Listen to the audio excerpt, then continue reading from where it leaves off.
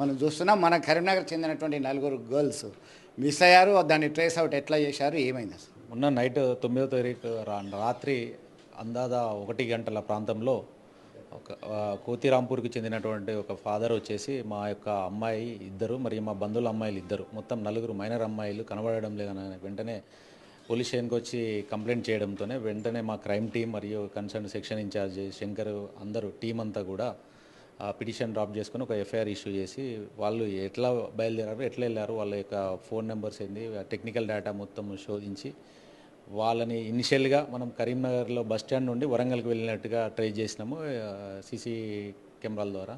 అట్లా ఫాలో అవుతూ వెంటనే మా ఒక వెహికల్ తీసుకొని మా యొక్క క్రైమ్ టీం బషీర్ మరియు కుమార్ వీళ్ళిద్దరూ ప్లస్ ఇంకా మిగిలిన సిబ్బంది కూడా ఒక స్పెషల్ టీమ్గా ఫామ్ చేసి వెళ్ళడంతో వాళ్ళని ట్రాక్ చేయడంతో వాళ్ళు గుంటూరులో ఉన్నట్టుగా తేలింది. గుంటూరు రైల్వే స్టేషన్ దగ్గరలో ఉన్నట్టుగా తేలడంతో అక్కడ పోలీస్ వాళ్ళకి మరియు అక్కడ వాళ్ళని ఇన్ఫామ్ చేస్తూనే వాళ్ళని అక్కడ స్టాప్ చేయించేసి మా యొక్క సిబ్బంది అక్కడికి వెళ్ళి వాళ్ళని క్యాచ్ చేయడం జరిగింది.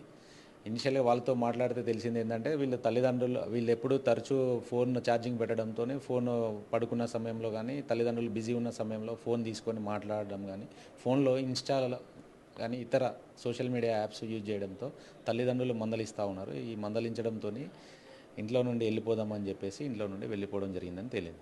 అంటే మీరు ఒకటి చెప్పండి, అక్కడ గుంటూరులో ఉన్నట్టుగా ఎట్లా ట్రేస్ అవుట్ చేశారు? 24 అవర్స్లో ఎంతమంది బృందం వీళ్ళని ట్రేస్ అవుట్ చేయడం జరిగింది? మా యొక్క ముగ్గురు సిబ్బంది బృందం ఒకటి స్పెషల్గా ఫామ్ చేసి పంపించినాము గుంటూరుకి. టెక్నికల్ ఎవిడెన్స్ ద్వారా ట్రాక్ చేయడం జరిగింది వాళ్ళని. దాంతోనే మేము వాళ్ళని పట్టుకోవడం జరిగింది. అంటే వాళ్ళ పేరెంట్స్కి మీరు అప్పగించారా ఇప్పుడు త్రూ కోర్ట్? ఇప్పుడు ఎర్లీ మార్నింగ్ రీచ్ అయ్యారు ఇక్కడికి. వాళ్ళ పేరెంట్స్కి అప్పగించినాము. ఫర్దర్ లీగల్ ప్రాసెస్ చేసేది ఉంది. వాళ్ళకి ఫర్దర్ లీగల్ ప్రాసెస్ ద్వారా హ్యాండ్ ఓవర్ చేసేస్తాం.